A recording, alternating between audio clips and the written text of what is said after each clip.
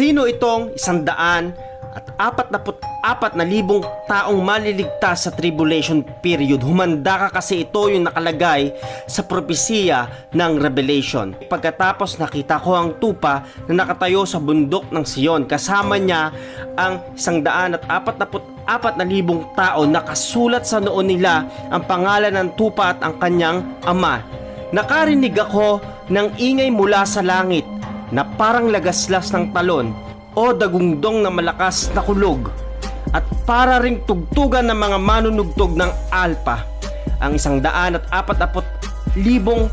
tao ay umaawit sa harap ng trono ng 4 na buhay na nilalang at ng mga namumuno bago ang kanilang awit, at walang nakakaalam maliban sa kanila. Maraming nagkiklaim na religious group na sila daw yung maliligtas lang na 144,000 sa Book of Revelation.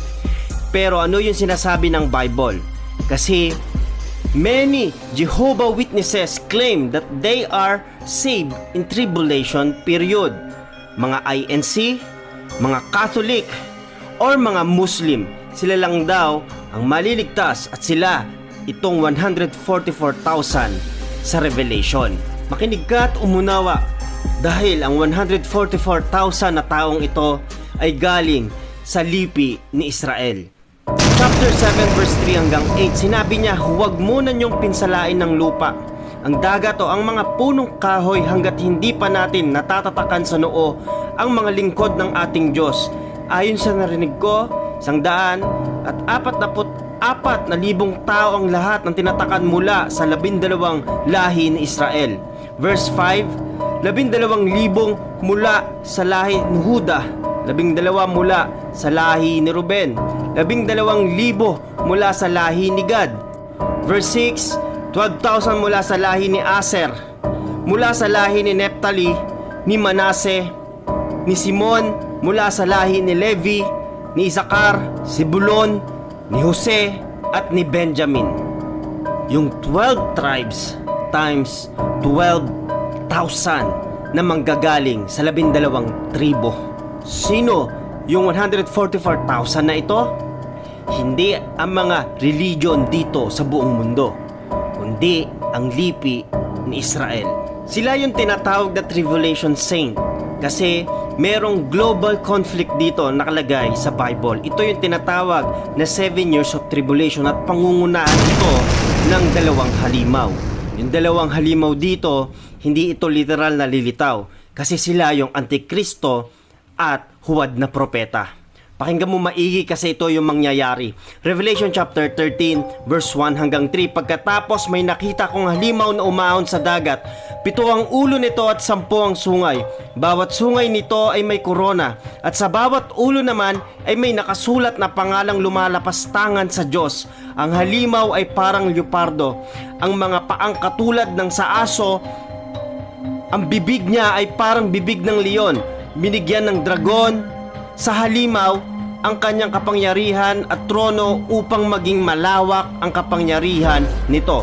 Nakita kong isa sa mga ulo ng halimaw ay parang pinatay, ngunit gumaling na ang mga matitinding sugat nito, kaya humanga sa halimaw ang mga tao sa buong mundo at naging tagasunod sila nito. Sinamba nila ang dragon dahil siya ang nagbibigay ng kapangyarihan sa halimaw. Sinamba rin nila ang halimaw at sinabi, wala nang makakatulad sa halimaw, wala nang makakalaban sa kanya. Malinaw dito na yung dragon ay si Satanas. Hindi rin siya magpapakita ng literal kasi symbolical ito. Yung gagawin niya sa buong mundo sa huling panahon ay distraction sa pananampalataya sa Diyos kahit sa buong mundo. At yung pandaraya dito ay yung mga himalang bagay. Hindi lahat ng himala ay galing sa Diyos. So kailangan natin dito ng sensitive spirit. Kailangan nating maunawaan kung kanino nanggagaling ang kagalingan, mala, ang miracles, dahil kayang gawin ito ni Satan.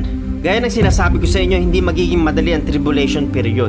Kasi aakalain nila na galing sa Diyos yun, at yun yung pandaraya ng kaaway. Dahil sa 144 na taong maliligtas sa tribulation period, sila ay merong tatak ng Diyos sa noo. Dahil kasabay nito ang tatakan ng mark of the beast na pangungunahan ng halimaw na Antikristo at ng huwad na propeta. Hindi sila magpapakita ng literal, pero yung gagawin nila ay sobrang sama na pwedeng ikapahamak ng mga taong madadaya sa huling panahon. Revelation chapter 13 verse 14. At dahil sa mga himalang ito na ipinagagawa sa kanya ng unang halimaw, nalinlang niya ang mga tao. Inutusan niya ang mga tao na gumawa ng imahe ng unang halimaw na malubhang nasugatan ng espada ngunit nabuhay pa. Hinayaan ng Diyos ang pangalawang halimaw na magbigay ng buhay sa imahe ng unang halimaw. Kaya nakapagsalita ang imahe at nakapag-utos na patayin ang lahat ng ayaw sumamba sa kanya. Pinilit ng pangalawang halimaw ang lahat ng tao, dakila o hindi, mayaman o mahirap, alipin o malaya na makapagtatak sa kanyang kamay o sa noo. At ang sino mang ayaw magpatatak ng pangalan o numero ng unang halimaw ay hindi maaaring bumili o magbenta.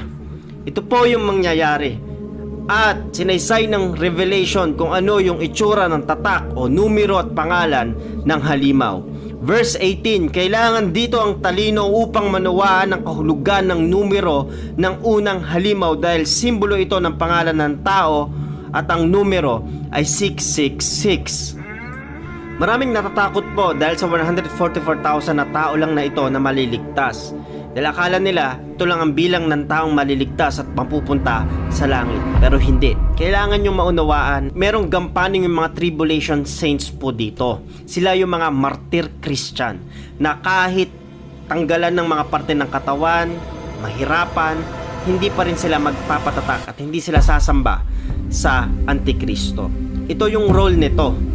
Huwag kayong mag-alala kasi hindi yan yung mga religious group dito sa buong mundo. Kasi yan ay galing sa lahi ni Israel. Nasa tribulation period lang sila. Kasi bago po dumating ang suklam-suklam na bagay po na yan, yung tribulation period, darating ang Panginoong Kristo. Pwedeng abutan natin ang kamatayan o pwedeng abutan mo yung rapture. Ngayon yung gagawing pandaraya ng Antikristo, ni Satanas at ang huwad na propeta sa tribulation period, nagsisimula na po yan sa panahon po natin. Hindi pa hayagan kasi sa Revelation, hayagan ito makikita ng buong mundo.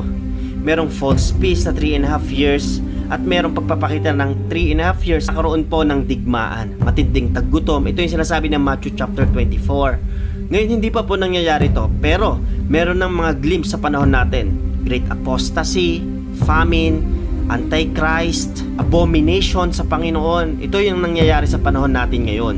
Ginawa ko yung video na to para sagutin yung mga tanong po ng mga mananampalataya, kahit ng mga follower po ng page po na ito o kahit ng YouTube channel po na ito, na hindi natin dapat pagtuunan ng pansin ng mga bagay na ito. It's not about satisfying our curiosity kung sino yung 144,000 na maliligtas sa tribulation period. Ang pinakamahalaga dito, kung ano yung sitwasyon mo at relasyon mo sa Panginoon. Baka isa ka na sa nadadaya ng gawa ng kaaway.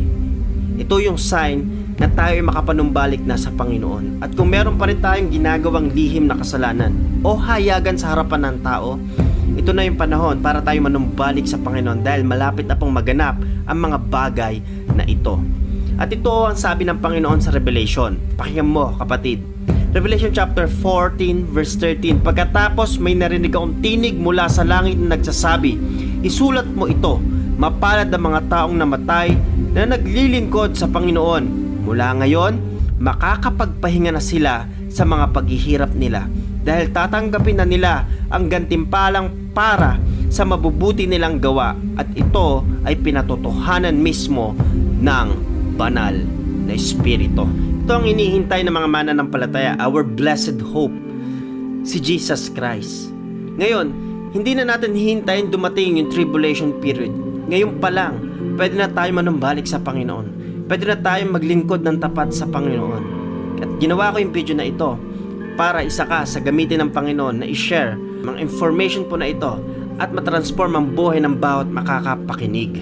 Ang prayer ko sa iyo, kapatid, ay lalo kang lumalim sa pagkaunawa sa Biblia at lalong makaganap sa kalooban ng Diyos. Samahan ka ng banal na Espiritu gaya ng nagpapatotoo mula dito sa mundo papalapit doon sa trono ng Panginoon hanggang sa huling panahon. Di na ito yung time para makipagtalo sa mga kapwa Kristiyano. Ito na yung time para i-share si Jesus, i-share yung salvation. At hindi ma-promote yung division, hindi ma-promote po kung sino yung mas magaling mag-explain, sino yung mas magaling magsalita. Ito yung panahon na para magtulungan at magkaisa mga mananampalataya. Salamat kapatid kung nakarating ka sa huling part ng video ito. Marami ka nawang natutunan. Kung meron kang tanong, let me know in the comment section. Kung agree ka sa mga sinabi ko, follow and subscribe kung nakarating ka sa YouTube. God bless you kapatid. Hanggang susunod na pagkikita, ito yung lingkod, Pastor Gab Bueno. God bless po.